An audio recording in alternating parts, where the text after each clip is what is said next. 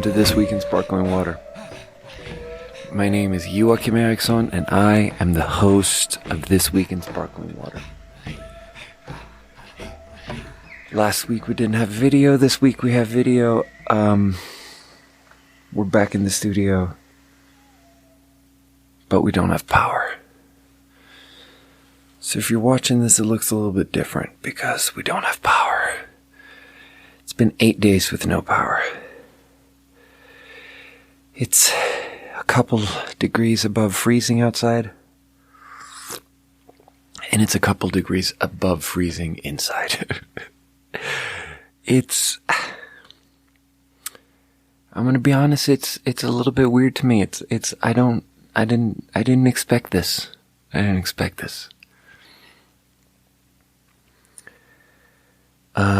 This is something I associate maybe with,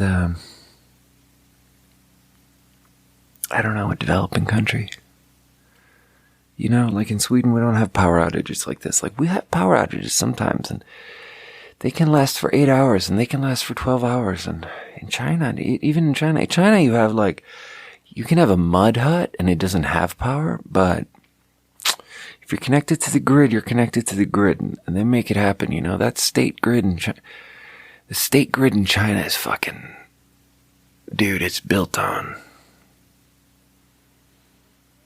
pure fucking backbone. It's just bone marrow salsa all the way down. Beef tallow.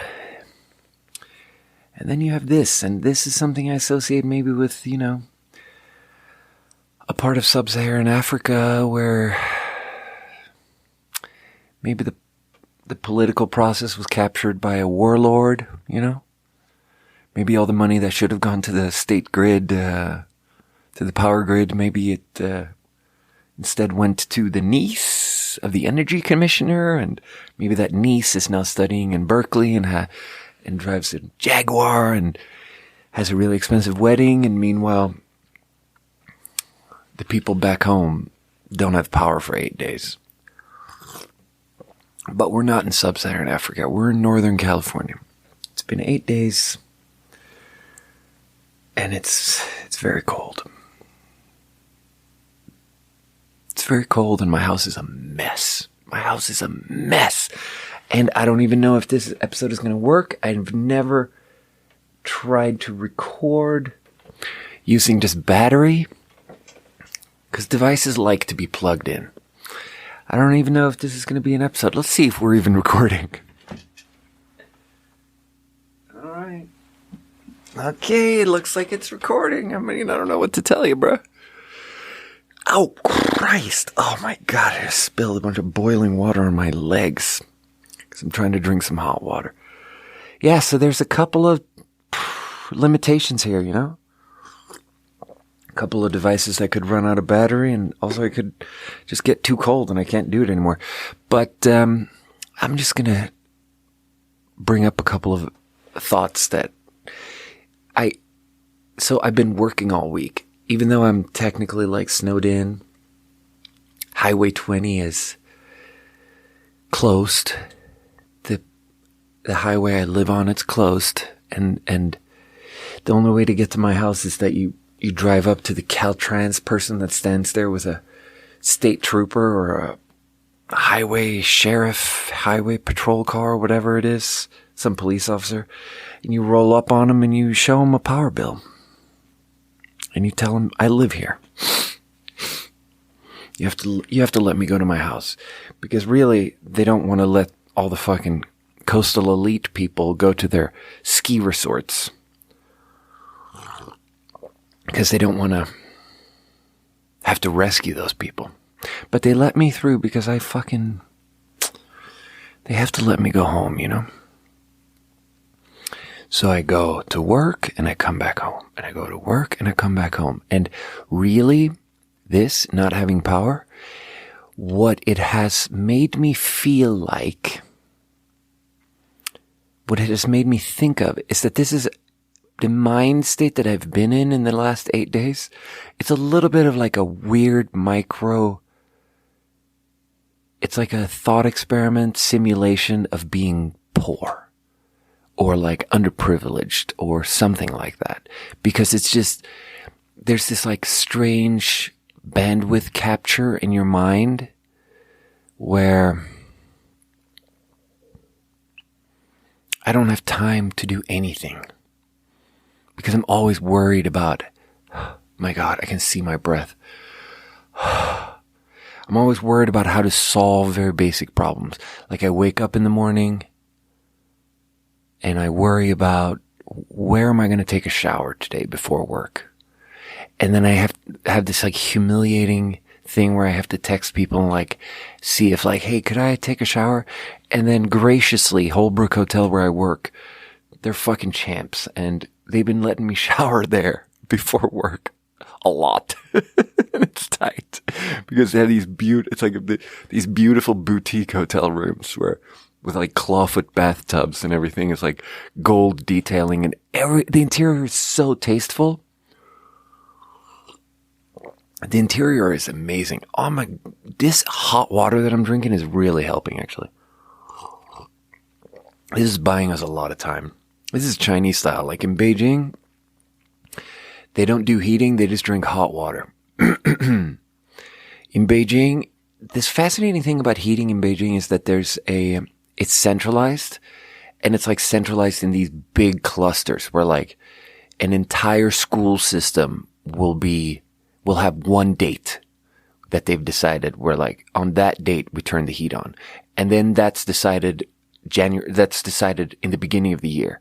And they don't give a fuck if it's like if they decide November 30th and it's a really cold November, they don't give a fuck. We're doing it the date that we decided. So sometimes you're 2 weeks before that date and it's like insanely cold everywhere. And then they turn the heat on in this, it must be these like massive underground furnaces, because then suddenly you're in a high rise and it's just blasting this heat that's like decided. That's just every building in this entire district of the city has the same temperature. It's like super centralized like that. And, if you're in the good district, it gets hot as fuck. But then a lot of times because I was a teacher for years, and a lot of times you're in a school and it's fucking not heated. It's not heated at all. That was the thing, especially in Shanghai, actually. In Shanghai, because it's in the south, they're like, nah, it's in the south. It doesn't get cold. But then it snows and it gets cold, but they don't have heating. So you just sit there and you just drink hot water, and then you throw some flowers in your hot water. And white people don't get it, but just drinking plain hot water is so warming. It helps so much. Oh, that's one of those tricks that white people don't know about anymore. That reminds me of how I just went now I'm skipping ahead, but like I was at the gas station 2 hours ago and and first of all, it's like when there's a sort of disaster mood in the world, you're just in a I've mentioned this before. Me and Javi mentioned this, when we talked about how we were in this we were trapped in a big forest fire. How suddenly you're in conversation with everyone around you. Like a big enough disaster and all the walls come down and everyone's just talking to everyone and everyone's like, so what do we do? And so that's what it was like 2 hours ago. Like me and this guy were both filling up these gas canisters for our generators and we're just talking, man. And he's asking me about my engine on my truck and I have no idea.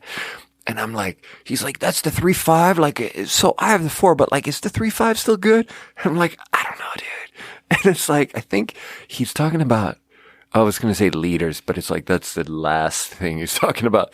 This man has never even heard of a liter. And then he was like, yeah, he kept talking about all the tricks that people don't know anymore for survival. They're like, oh, they want the government to come save them. And I was like, yeah, I want the government to come save me. That's what I told him. I was like, I'm a city fag. I'm just a fag from the city. And I don't know how to grow my own food, and I don't know how to rub two sticks together and make electricity, and I just want Pacific Gas and Electric to come save me. And he had a lot of tricks, and he taught me a lot of tricks actually in those few moments at the gas station. Because filling up a gas canister, the gas pump doesn't want to do it because it has all these safety measures where it only wants to spew gas into a car. So to fill up a gas canister, you have to angle it a certain way, and he taught me how to do it. And then he actually gifted me a strap, because I just have all these gas canisters in the back of my pickup truck, just like, it's just bobbing around as I'm driving on the highway. And it's like, yeah, I feel like they could maybe explode if you do it hard enough. And, I don't know. Does gasoline explode? I don't know it's very vague what the safety thing is. Like, I was trying to buy more gas canisters. I was at the gas station a few days ago, and I'm asking this lady, like, hey, do you have gas canisters? And she's like, no. In a disaster situation like this, where no one has power, those things disappear immediately. Like, we haven't had no one has gas canisters. Just give up looking for it. And then I also didn't have water at my house. So I was also buying water. So I was asking her, like, do you have bigger, like, water jugs? And she's like, bro, you're not filling these water jugs with gasoline. It's not happening, bro. And I was like, oh, I'm not gonna. She's like, you're not buying these water bottles. And I'm like, I'm thirsty. I need to buy this water. I'm thirsty, lady. And she's like, you're not filling these with gasoline. And I'm like, I'm not gonna. And eventually she let me buy the water bottles. And I had to double pinky promise not to fill them with gasoline. But then I was talking to my buddy Doug over at Holbrook, one of my managers, about that. And he was like, yeah, I've filled up a Crystal Geyser water bottle with gasoline about 100 times. That's what he told me. And he's like, sometimes he said he's even filled up those like soft plastic shitty milk jugs with gasoline, and then put that between his thighs and got on a motorcycle and driven like across town with like gasoline in a plastic milk jug between his thighs. And I don't know, is that safe? I couldn't tell you. Probably not. But like, he's alive, and he did it 100 times apparently. All this man stuff is very vague to me. I called it man stuff in front of the lesbian general manager of the Holbrook Hotel, and I looked at Doug and I was like, oh, Doug, we're out here with generators. We're doing man stuff. And the joke is that I don't know how to do any man stuff. So I say it as a joke, and I'm not trying to do toxic masculinity. But she looked at me all pissed, like, she looked at me dead in the eye and was just like, yeah, well, I do that too. I love her though. I love her, and it broke my heart that she thought I was doing toxic masculinity. I love her so much. She's so fucking nice. I respect her so much, and I love having her as a boss. Okay, now I feel like I got a little bit derailed there. But, yeah. Last episode I didn't have power, and I was describing how the snowstorm hit, and I that first night when the snowstorm hit that killed everyone's power, I drove real slow behind a plow truck. And then, what I didn't mention is that night when I left work, Chef Eric pulled up in front of me in this massive white Ram truck, this huge pickup truck, and I'm in my Tacoma. And we're looking at each other like, truck bros, we got these trucks, it's snowing, but we're going to be fine. And he's like, yeah, drive slow. And he'd been talking all shift about how like, he's from like fucking Massachusetts or Minnesota or some shit where it snows all the time. And he's like, yeah, dude, I've been driving on the ice since I was 15. Like, I've been doing this. I know how to do this. That's what he's telling me. And then I'm telling him like, I do not know how to do it. Tell me how to do it. And he's just like, just go real fucking slow. Go 20 miles an hour on the highway, if that, you know? So I'm taking his advice and going real slow. And then what I find out later is that after we parted ways and did a thumbs up to each other and yelled at each other from our two trucks, he got in such a fucking situation where he's driving on Highway 20 going west, and I'm driving on Highway 20 going east. And going west towards Penn Valley, he's driving and he's going slow, and he put it not just in 4-wheel drive, but in 4-low. 4-loco, as I like to call it. Which is a sort of crawl mode where you just go real slow and all 4 wheels. I don't know anything about vehicles, but he's in 4-low and he fucking just slid off the road, and he was dumping snow on him so bad that he just got buried immediately, and he couldn't dig himself out and he couldn't get out. And then the plow truck came and he tried to wave at it, but it missed him. So he's in there like fucking cold like a motherfucker. He's in a ditch. He's invisible in this white truck buried under snow. So he went into survival mode, and he's like, okay, so I'm going to sit here, and it's so cold that I can't even fucking survive anymore. Because he only had a tiny bit of gas and he had no cell phone reception.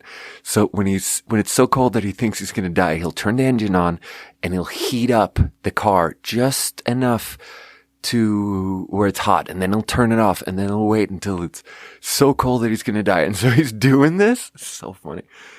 And he fucking almost died, bro. But then another plow truck came, and that plow truck stopped and pulled him out, towed him out. Insane. And he survived. But he pulled his back out trying to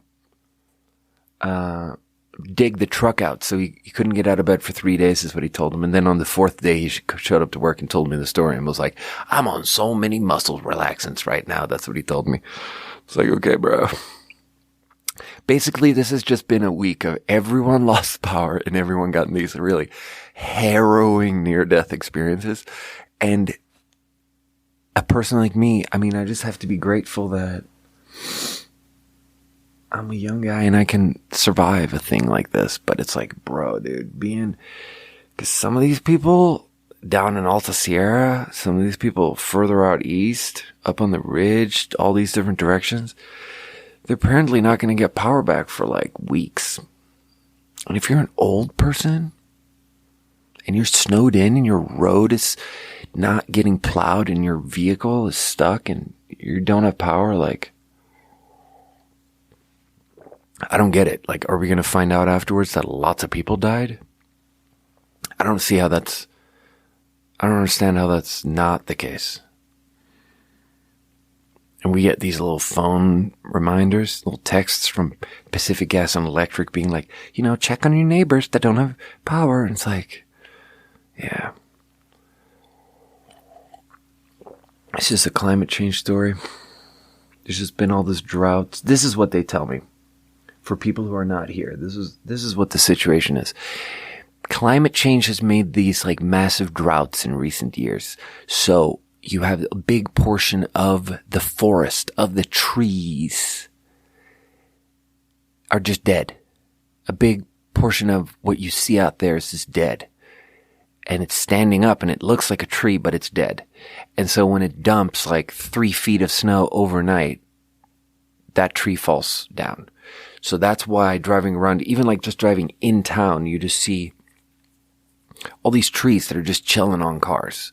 Because all these trees came down. Apparently like 10,000 trees came down on 10,000 power lines. And the power grid is really shitty. And yeah, so now they have 10,000 things to repair. So they're doing it one by one. And like household after household is trickling back onto the power grid. But not me. Yeah. Another story is like Kimber. This girl used to be the bartender at Holbrook. He got fired for showing up completely fucking wasted too many times. Showing up to work too wasted. I was texting her to check in with her because I was trying to check in with everyone, and she's like, yeah, I'm in Huntington Beach. She's like on the beach in Southern California, and it's all hot and nice on the beach. She's sending me all these pictures from like a nice sunset, just gloating, being like, I'm so happy to be down here when it's like all crazy up there. And it's like, yeah, I wish I was there too. You know? It's 1 degree above freezing in my living room. I'm wearing 3 pairs of socks. I wish I was there too, but I'm not. And then today she apparently came back up here. I guess she flew back or whatever, and she's driving up from the airport, and 3.5 miles from her house, she just like hit this ice patch and just slid off the road and crashed into something and didn't have reception. And she was wearing like fucking beach loafers or some shit, and she had to walk 3 miles in the snow to her house. And then she gets to her house expecting like a normal house where she can recover from frostbite, but she doesn't have power, and she doesn't have heat, and she doesn't have anything. And her car is snowed in or fucking jacked up 3 miles down the road. So it's like fucked, you know? So yeah, it's just like a bunch of, it's just a bunch of situations like that.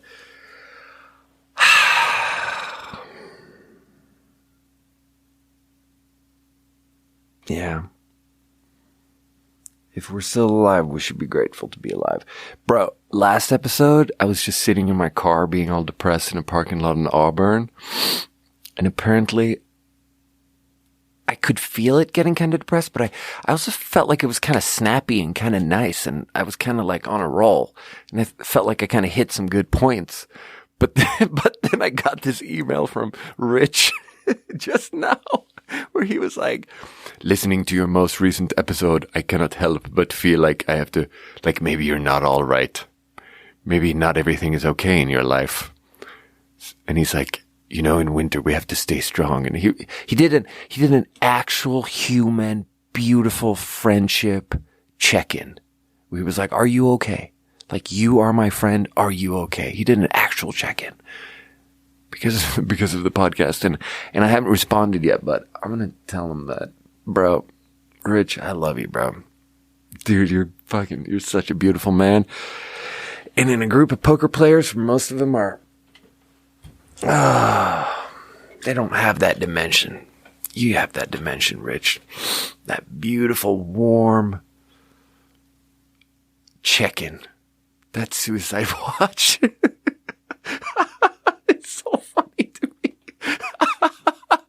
He thought Rich, I'm not about to kill myself. It's actually more like I really reach down and I get something real dark and I fucking talk about it for an hour on the pod. And then afterwards, I'm like, I'm done. And I feel so fucking refreshed afterwards. I feel so invigorated afterwards. Every time.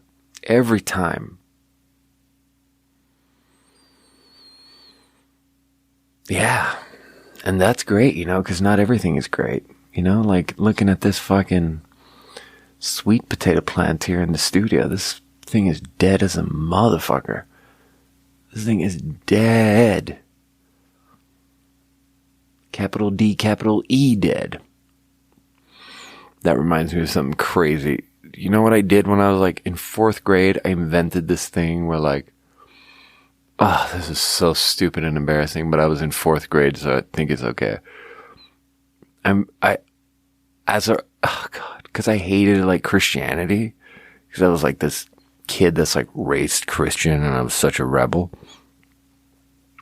So I'm just gonna touch the computer so it doesn't go to sleep. Dude, it's looking good. It's looking like it's recording. I think this is gonna be an episode. In 4th grade, observing, I noticed this thing that like God is always spelled with a capital first letter. Like even if you talk about him in 3rd person or use a pronoun, it's like him. It's like a capital H, him. And then he came to me, and it's like a capital H, he. Because God is like extra important, and you want to show that visually in text. And that really bugged me. Like Christians think they have some special thing, and they want to fucking wrestle the language to accommodate their special thing. Fucking assholes is what I'm thinking as a 4-year-old, 4th grader, 4-year-old. This would be really cool if I came up with it when I was 4 years old. So then I just decided, okay, so I'm going to spell my name and I'm going to capitalize the first 2 letters. Okay. Cause I'm going to put myself one peg above God. So I spelled my name capital J, capital O, A, K-I-M. I capitalized the first 2 letters. And I did it on everything. And I just didn't really explain it so much. But I did explain, I think I explained it sometimes. But I just did it on everything. And I remember I had this one friend, Philippe Johansson. God damn, I wonder what happened to that guy. I think he became a police officer, actually. I think he went into the military, and then I think he came out of the military and became a police officer. And I haven't talked to him in 15 years, but we used to be like best friends, dude. We used to wrestle Greco-Roman style, and we used to do all kinds of things, and he lived kind of out in the bush, and we'd do nature stuff. But he had kind of bad breath. I'm sure he doesn't have bad breath anymore, but in 4th grade he had kind of bad breath. But man, that bugged me. When someone's got really bad breath and it feels like it gets in your mouth and gives you bad breath, that's the absolute worst. And that's what happened to me in 4th grade. I remember this one time we did something on a computer, and on a computer, if you capitalize the first 2 letters of a word, it can look like you slipped and held down the shift key longer than you meant to. So a teacher pointed it out once and was like, oh, you capitalized too much here, correct that. And then Philip was a real sport, and he actually chimed in. So I didn't even have to say anything. And he was like, no, he actually capitalizes the first 2 letters of his name everywhere. And he pointed to something handwritten or something and was like, look at this handwritten thing where the first 2 letters are capitalized. It's just how his name is spelled now. And I was like, oh yeah, this bro is standing up for me. This is awesome. How did I bring that up? Dude, what did I think about just now about capitalization? That made me think of that. I have no idea. Couldn't tell you how I ended up in that story, but yeah. So there was one miracle that happened to me because it's maybe we'll talk about a miracle now. A real Christianity-style miracle happened to me in the last 7 days, which is that the snowstorm hit and it got real cold and we lost power and everything was shit. And I went down to Sacramento and I didn't stay here. And then after 2 days in Sac, I come back up here, not knowing if I'm supposed to work, not knowing if the hotel has power, if I have power, assuming that we're going to get power back.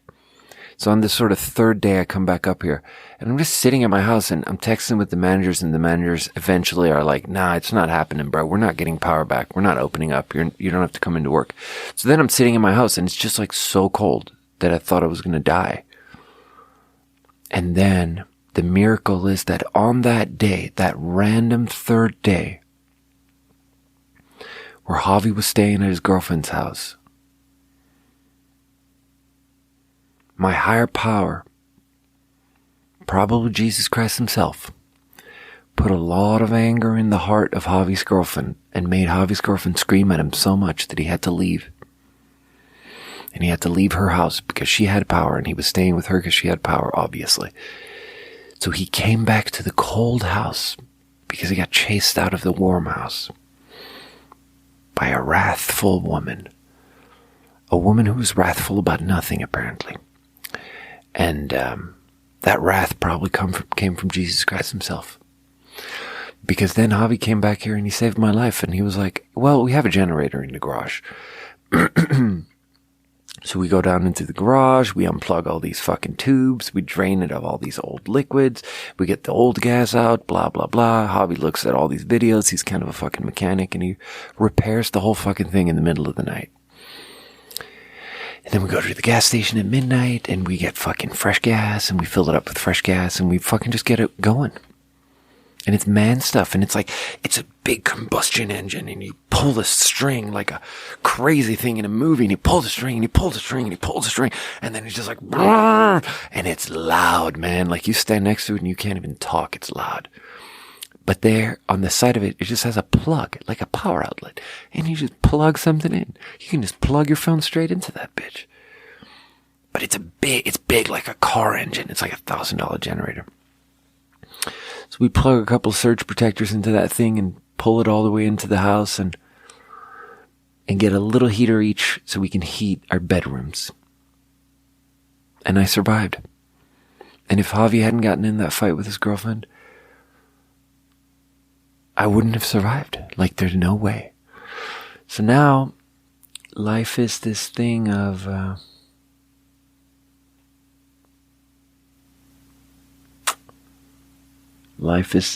just worrying about the small stuff. I can't even remember if I talked about this already, because this is what I was thinking about. How it's a simulation of being poor. I did talk about that.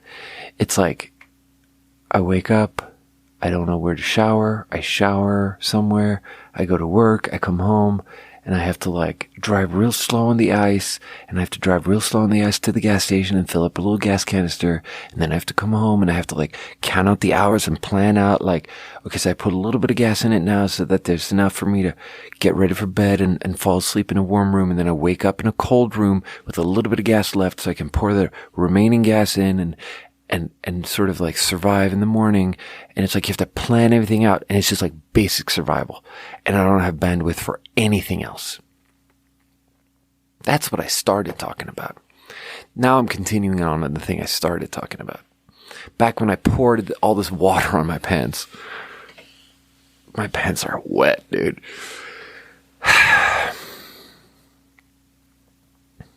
And it's like, I think that's what it's like to be a poor person. I think that's one of the aspects of it. I think that's one of the insidious things. Like it's squishy. It's squishy how when you're a poor person, it's just hard to focus. Because that's what I'm experiencing. I'm experiencing this inability to focus on anything.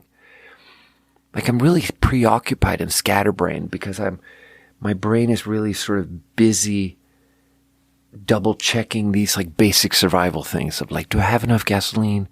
Like, where is the gas canister? Can I drive at that hour? Because it freezes, the highway gets so icy in the middle of the night that you don't want to drive too much and real late. But I get off work at 11 p.m. and I don't know what to do, and I drive real slow on the highway, and it's, I just told you all these stories about people sliding on the ice and fucking getting themselves all crimped up.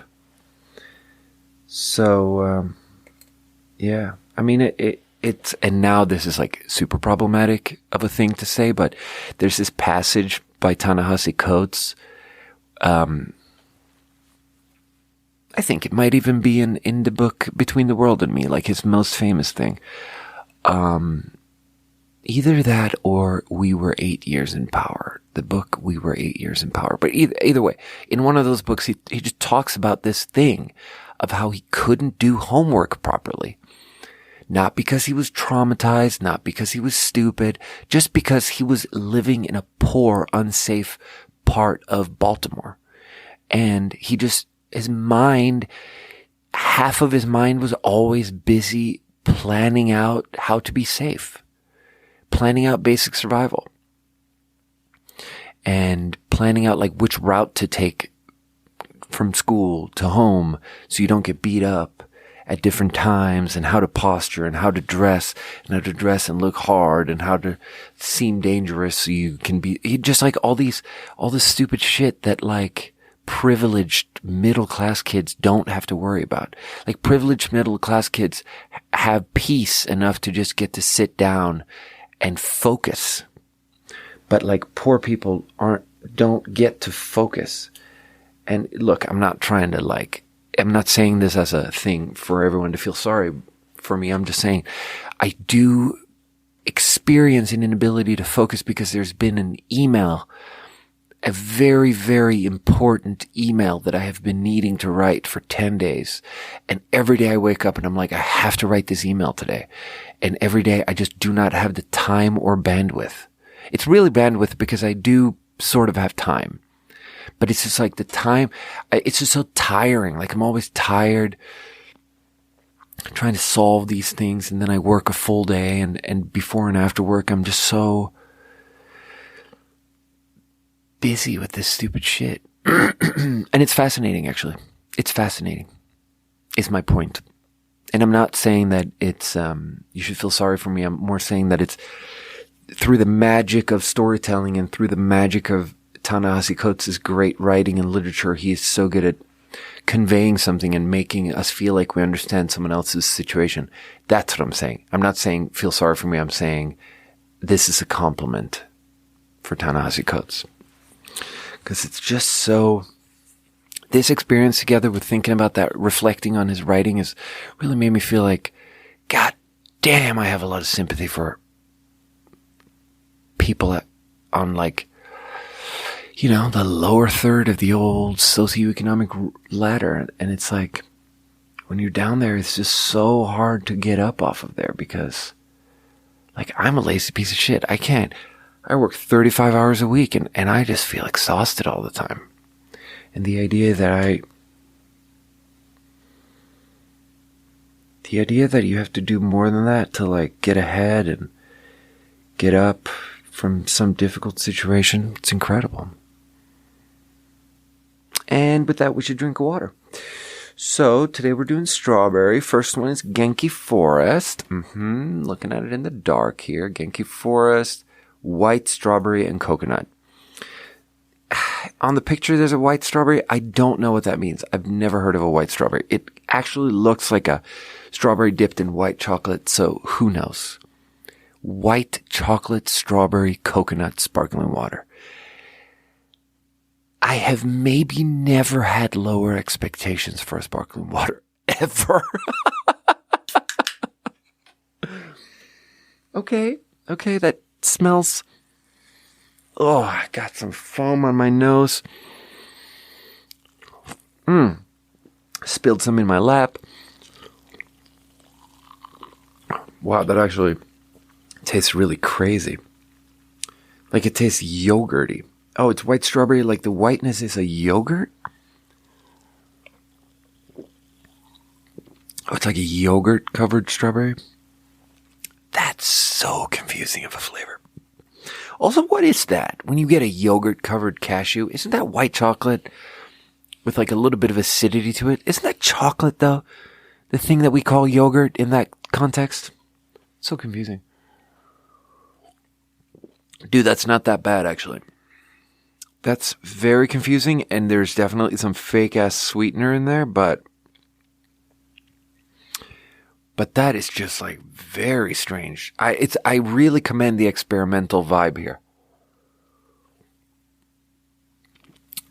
And they have this like, it's a Chinese company, but they do Japanese branding because Chinese people pull no punches. They don't give a fuck. No pride. They're just like, oh, we can make 0.001% more money if we go pretend to be Japanese. Done. Decided. Already doing it. Been doing it 10 years. So they put a chi on there, like an energy character, but they did like a weird Japanese version of it. I don't even think that's the real Japanese version. They're just like, fuck it. We're selling this to white people. We're pretending to be Japanese. Fuck it. Done. Version 1.0. Don't need to fix it. Done. All right. So I don't know what that is. That's like a 6.5. That's pretty cool. That's a 6.5. Where are we at? Oh my God. I accidentally clicked something. I wonder if I fucked it up. I don't think I did, though. I wrote down some things here that I needed to think about. Yeah, I mean, it's an interesting concept. There's a related concept. The concept of you're poor and everything is just more difficult for you. you want to borrow money as a poor person, and that money is going to be a lot more expensive, even though you need the money more. So in a perfect world, the money would be cheaper for you and more expensive for rich people. If we applied a sense of justice, but our economic system is not built around justice, it's built around competition, and it's the best system we have, but it's not good at, there's some things it's not good at. But this thing I'm talking about is not just economics, it's squishy. It's so interesting and squishy how just being preoccupied with small problems is. There's a related concept of that Dr. Luke talks about a lot, which is like, it's called like a minority tax. It can also be a gender tax, but it's just this concept of, for example, in academia, if you're like a minority, you're just expected to like be part of all these like fucking panels and groups and do all this extra work to try to improve the fucking multicultural angle and improve diversity and fix some social justice thing. And whereas a white professor can just focus on his fucking thing that he's doing. And it's just like this extra workload on the shoulders of a minority professor to be part of this, to put in all this effort in this other thing, and to like in situations in a meeting, like explain, be knowledgeable and explain fucking minority issues to all the white people. And it's like this extra work that doesn't like that takes effort. Like it doesn't I don't know. I guess part of the point is like, just because you're a person of color doesn't mean that you automatically are an expert on issues of race and stuff, but you're expected to be, so you have to put in all this extra effort to become that because people always ask you about it. And it just turns into this thing where you just have extra work to do. And then maybe the same could be applied for women, you know? Women are maybe victims of sexism, and then they have to like explain why that's a problem, and they have to like figure out how to explain that. And it just takes all this like extra mental bandwidth. Whereas like a white business leader man can just like focus on his fucking bottom line and the fucking spreadsheet in front of him, and he can just be way more focused. I don't know. I really sort of sympathize with this squishy angle of this as someone who feels super, super, super easily distracted and who used to be obsessed with, what was that guy's name? Cal Newport. Cal Newport wrote a book called Deep Work, which is about how there's a type of work that he calls deep work, which is like this deep, uninterrupted multiple hours of thinking about something and really fleshing out a serious like thought construct in your mind that takes time. And if you check your phone in the middle of it, it goes away and the timer starts over, and you like, it takes time to get back into it. So if you're checking your email every 10 minutes and checking your phone every 5 minutes, you never really get to true deep work, and how deep work is like really valuable. And our culture or our economy and our workplaces are really, there's a scarcity of people who can do deep work. And probably some people, very rare, specific people, can probably check their phones all the time and still do deep work. And they're definitely very successful. But like for most people, it's just very useful to learn how to give yourself space and to block off time to get really focused. And that book really resonated with me because I really feel so easily distracted.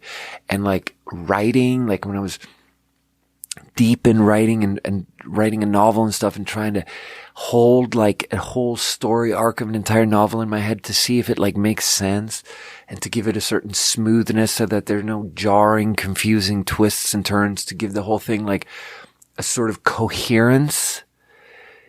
It really took like, it made my brain hurt, and it took so much out of me, and checking my phone in the middle of it, made the whole thing just evaporate in my mind, and I lost it, and I had to start over from the beginning. And that's how I felt. And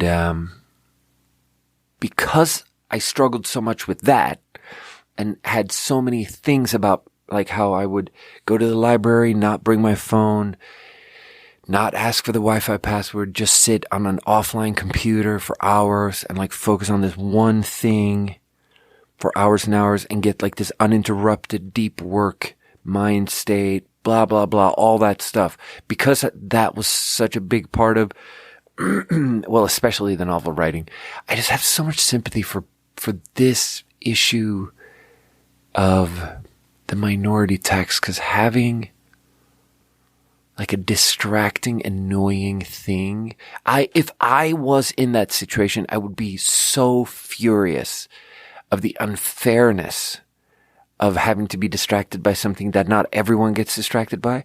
At least with cell phones, there's no unfairness to it because everyone has cell phones. We're all struggling with the same thing. But if I was a black professor and I had to like be interrupted and fucking explain race to people all the time, I'd be pissed. I'd be fucking pissed. And with that, let's drink another water. Strawberry. Okay, so what we got here is Polar Natural Seltzer, calorie-free strawberry margarita. Oh, Jesus Christ, does this contain fucking alcohol? Oh my God. Fucking, this is perfect. Like, the power is out. I'm sitting here in the dark, shooting video in the dark and candlelight.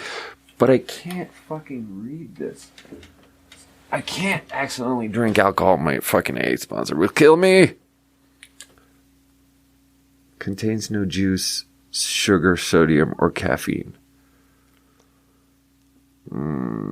Summer, limited edition. This is a summer beverage. That's strikingly ironic. Yep. It says nothing about alcohol, so here we go. Oh, fuck. Let's see if suddenly I'm transported to a tropical island. Is this going to make me want to take one of my 3 layers of socks off? That smells... So margarita is real lime juicy. That does have a certain citrus zingy smell. Oh, that's gross. Oh, that's gross. Oh, that's bad. Ooh, that's bad. No, actually, wait. No.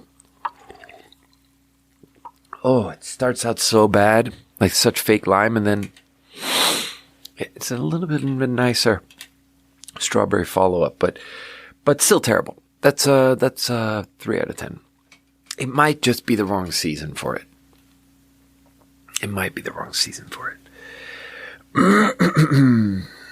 Dude. What else is going on?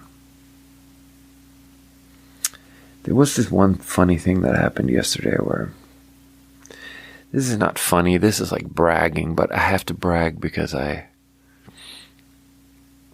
feel bad about myself. So yesterday my manager asked if I wanted to be a manager. He offered me a promotion, or like he threw out the idea and was like, look, if we need someone, if we need another manager, would you be interested?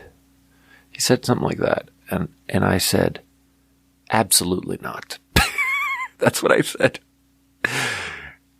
And I said it too harshly. I said it so harshly, in fact, that I had to text him the next day and be like, look, bro, I didn't mean to like disrespect what you do. Being a manager is a respectable thing. He says that, yeah. You know what else I said, actually? All of this is humble bragging, but I think it's funny in a sort of conceited way. Is it okay to be arrogant if you say that you're arrogant right before saying something arrogant? The answer is no. You're still arrogant. Oh God, self-awareness does not absolve us of our sins. Someone very, very important emailed me that today. Self-awareness does not absolve us of our sins. God.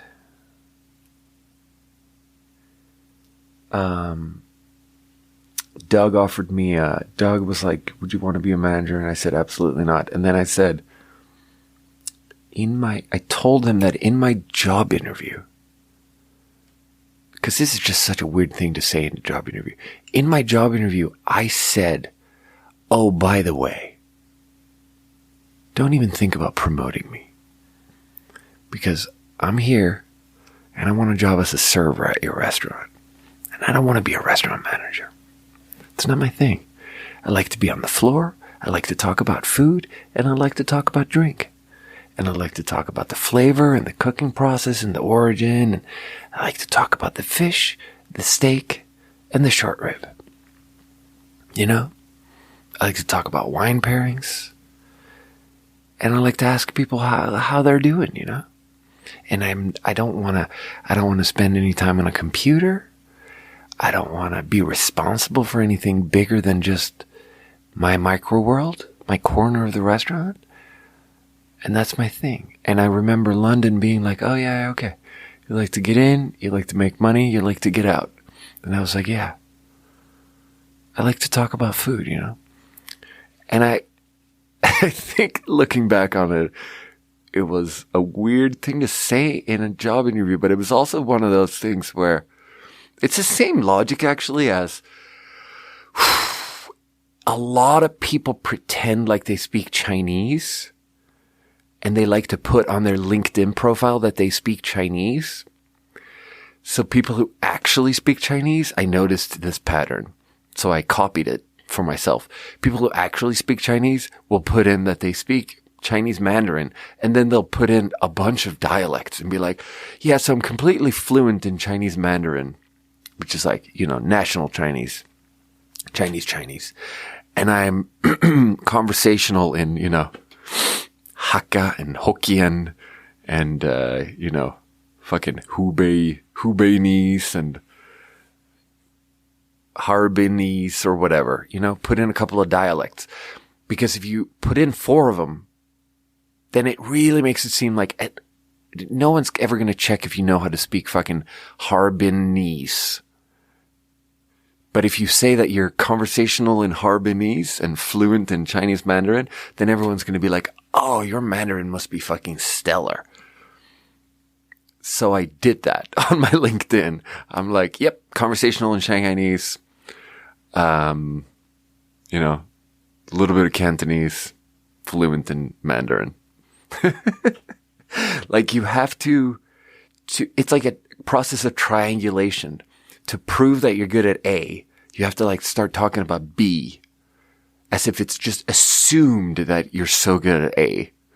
So I guess that's maybe what I was doing in the job interview subconsciously, where I was like, I'm so good at serving that don't even think about offering me a management position because I don't want it.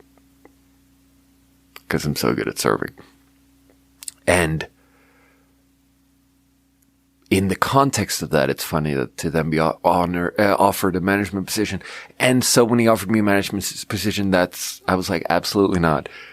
And the next thing I said was like, in my job interview, I said, I don't want to be offered a management position. So stop whatever you're doing and don't offer me that.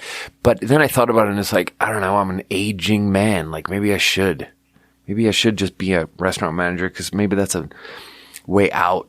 Because once you've been a manager in one context, maybe you can just learn how to be a manager and then you can be a manager in something else. But I've done it before and I'm not good at it. I don't like to tell people what to do, but maybe that's because I used to smoke a lot of weed. And when you smoke a lot of weed, it's hard to not get in your head about conversations with people. And people who smoke weed cannot be good people managers. They just cannot. That's something I believe in. It's something I believe because I was taught that by someone. Someone taught me that. Someone taught me that you can't smoke weed and manage people.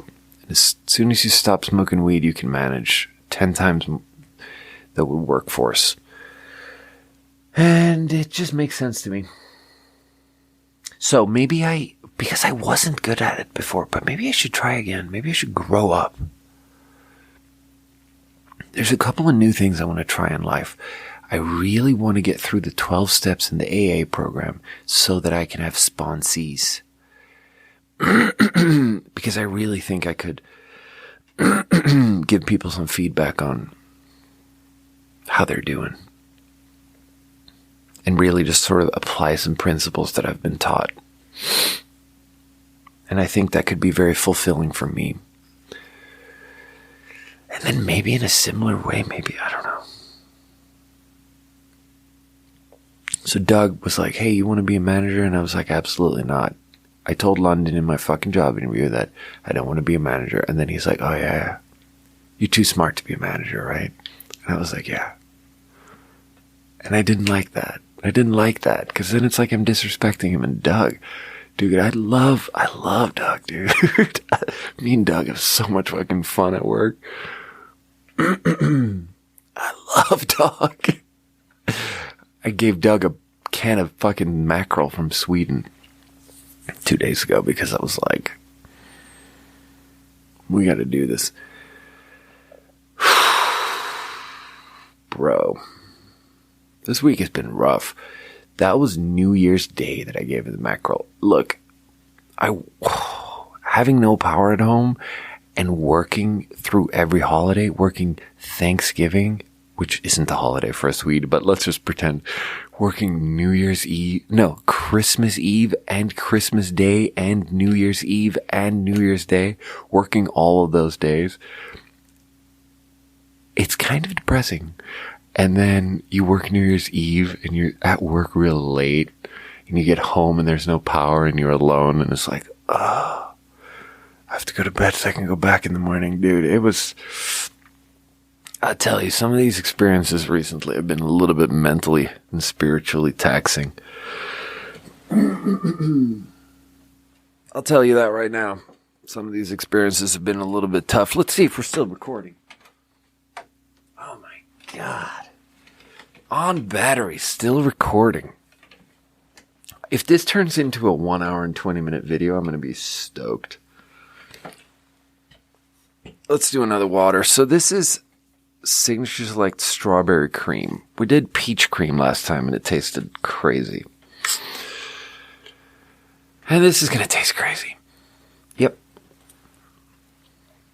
Yep, 1 sip disqualified. That's not sparkling water. Ugh. Jesus, that's fucking disgusting. Oh, that's disgusting. It's got an ice cream on there. I have to take one more sip because it's so disgusting. Oh, you have to be on so many drugs to drink that. Americans, I wonder if Americans do more drugs than the people in other countries. I feel like they do. I feel like Americans do so many drugs. Like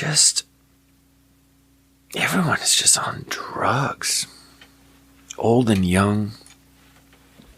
But maybe also America is just like a weird... Oh, I just stuck my finger in the candle wax. Maybe America is just a weird meritocracy where... Like a really dystopian... Like, what's that book? The Aldous Huxley...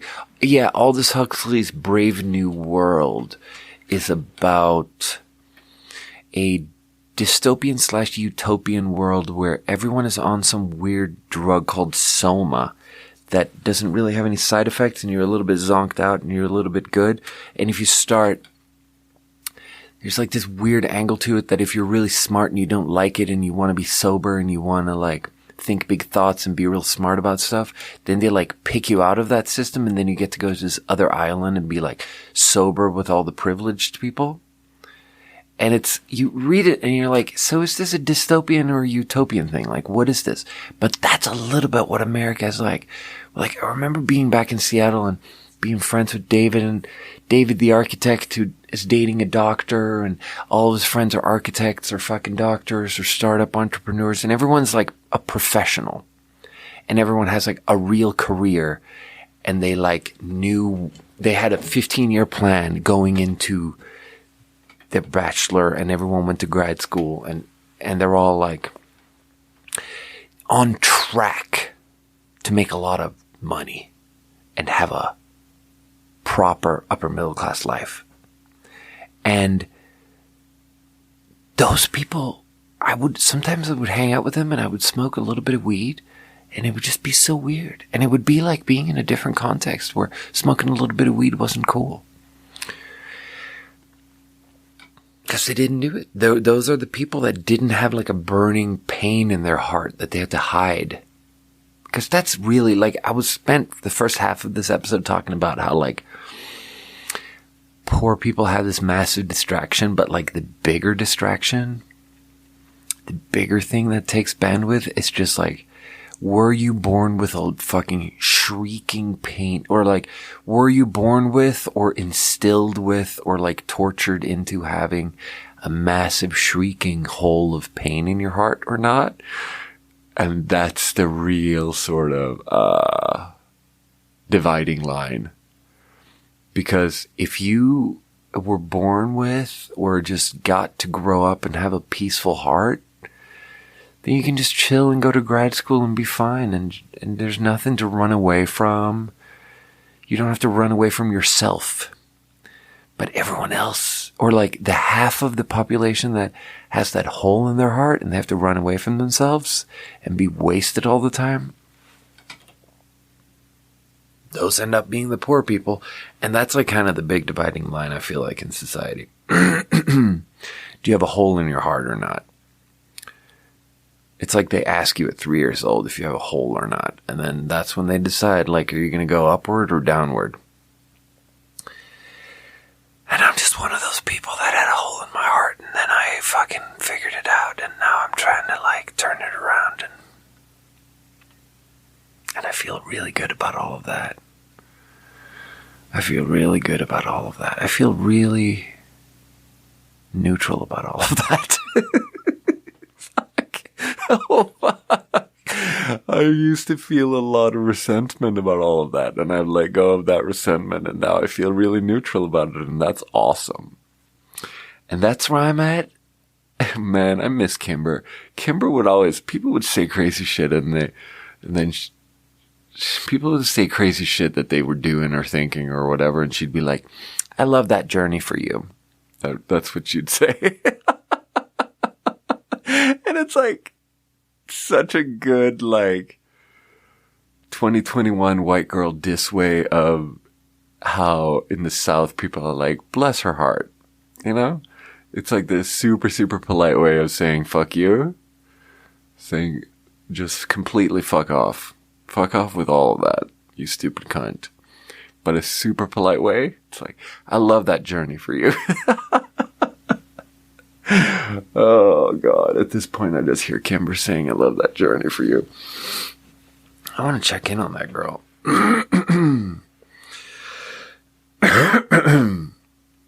Kimber's a hoot.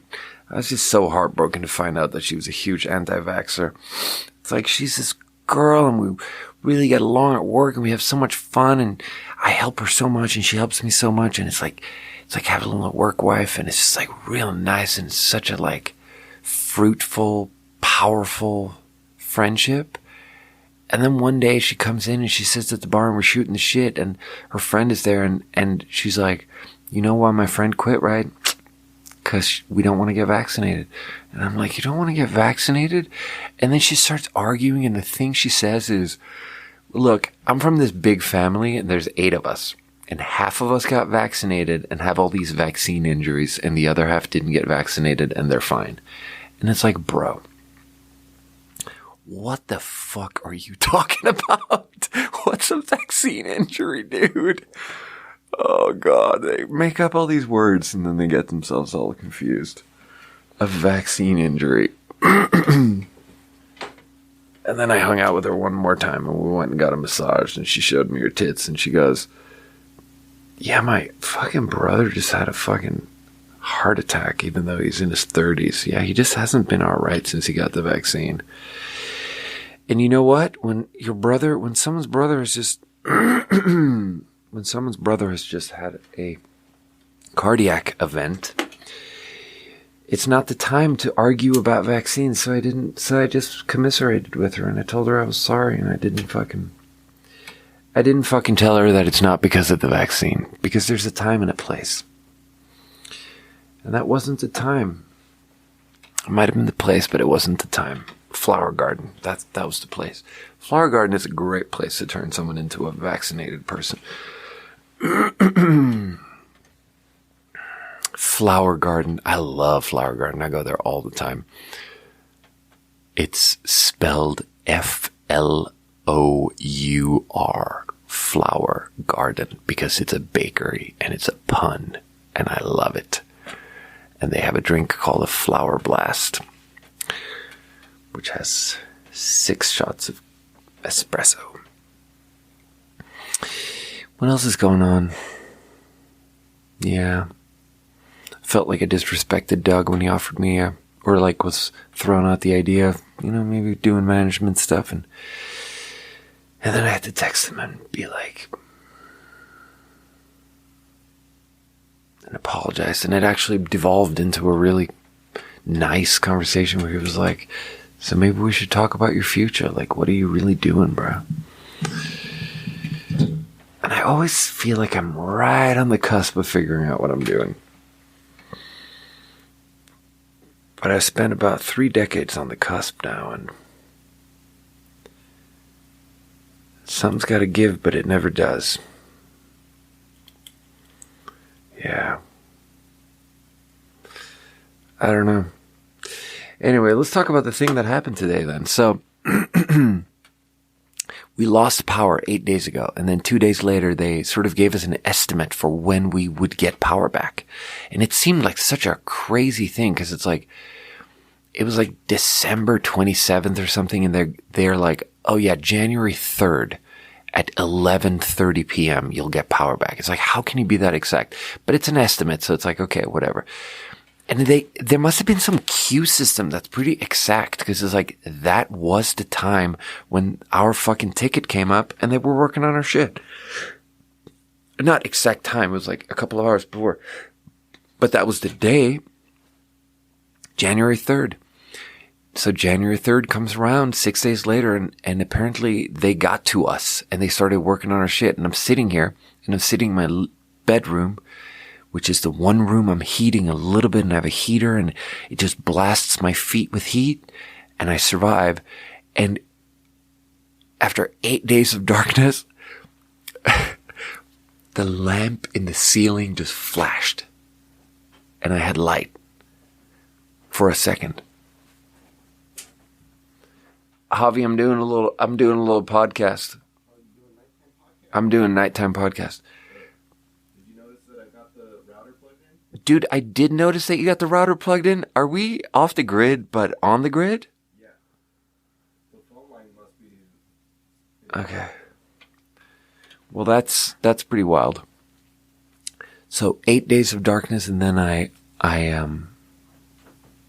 flashed, and I had light, and we had power. But only for a second, and then it died, and then I was like, oh, so they're working on it, so it might happen. And then I go to the grocery store, and when I'm in the grocery store, I check it, and it says that I have power. I check the Pacific Gas and Electric outage map, and I put in my address, and it says, you have power. It was restored 15 minutes ago. And this incredible wave of emotion came over me. And I felt like I'm going to clean the house. Because this house is fucking disgusting, dude. I have made a mess. I've made a mess. And so I'm buying groceries, and I have power back, and blah, blah, blah. Everything's fucking amazing, and I just feel so good to have my house back. I buy all these fucking groceries to put in the fridge, and then I come home and the power died again. And so now I have all these groceries that are gonna go bad, and I just sulk in this dark house again. And everything sucks. And, yeah, one crazy thing of how I created a mess was like, I invented this. I bought all these tea candles at Target, and I took 25 of them, and put them in this square. And I lit 25 candles, and I put an enormous water pot, like the biggest pot when I make spaghetti for a big group of people. I have this big pot that I boil water in. And so I pour water in this thing, hot water, and I put it on top of I put it on these little cups around that I make a little circle of cups around the 25 tea lights, 25 candles. And I put this big pot over the candles. And 3 hours later, the water is boiling and it's humidifying everything, and it's awesome because like all these different heaters that aren't central heating, but even kind of central heating, all kinds of heating really dries the air out. And it really fucks me up. It makes me feel like my skin, like I constantly have to wash my face, which is the wrong thing to feel. So a humidifier is awesome. So I'm just boiling water and it's just like steam coming up and it's awesome. And I have 25 candles going and it's 3 hours in and all the candle wax is completely liquid. And this big pot of water is boiling. And then I fucking elbow it and fuck the whole thing up. And the thing tips over and it pours water into the 25 candles. And it's like an explosion. It was like fucking pouring a bunch of water into a deep fryer. And I don't know if you've ever poured water into a deep fryer, but it explodes. And it's why if you are going to deep fry a turkey, you have to make sure that that turkey is dry, because if that turkey has ice on it and that ice is going to melt and turn into water, when you stick that turkey into the big barrel of boiling oil, that's going to explode, like literally explode, and you're all going to burn your faces off and die. So all this water goes into my tea candles and it's just like pow, pow, pow. And it's just like all these weird sonic boom explosions, and candle wax sprays on exactly everything I own and all over my bed, because everything in my life takes place in my bedroom this week, because I can only heat one room. And so I get candle wax all over my bed. And this is the bed I eat on, and this is the bed I sleep on. And that's my life right now. Because I haven't had power for 8 days and I'm fucking losing my mind, okay?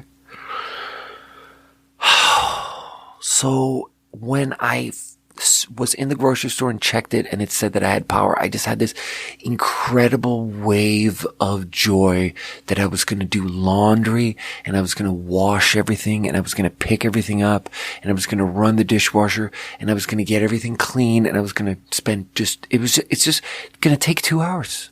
If I have power, it's just going to take 2 hours. In 2 hours, I'm going to fix everything. And I was going to go to bed in a house that had heat. And I was going to go to bed in a house that was neat and clean. And it felt so fucking incredible. The thought of cleaning up and sleeping in a clean bed where it's warm. It was this incredible, joyous fantasy. And then I come home and it's fucking dark. And I just sit on my bed and eat a ham and cheese sandwich next to a fucking heater, next to a loud generator.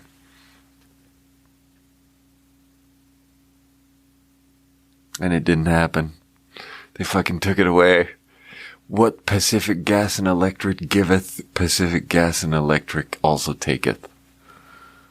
Oh, fuck. Oh, God. I don't know how much more of this I can do, but, dude. Oh, God. I'm losing my mind here, but it's okay. This podcast is really turning into a real perseverance exercise.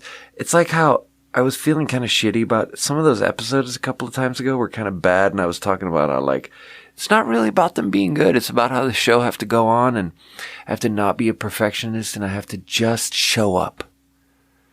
And showing up is just like this, it's just teaching my mind to do this thing where I have to do the thing every week. Even if it doesn't feel good and even if I'm not ready to do it, I'm still going to put out these fucking episodes. God, my feet are so cold right now. And the episodes have to be more than an hour.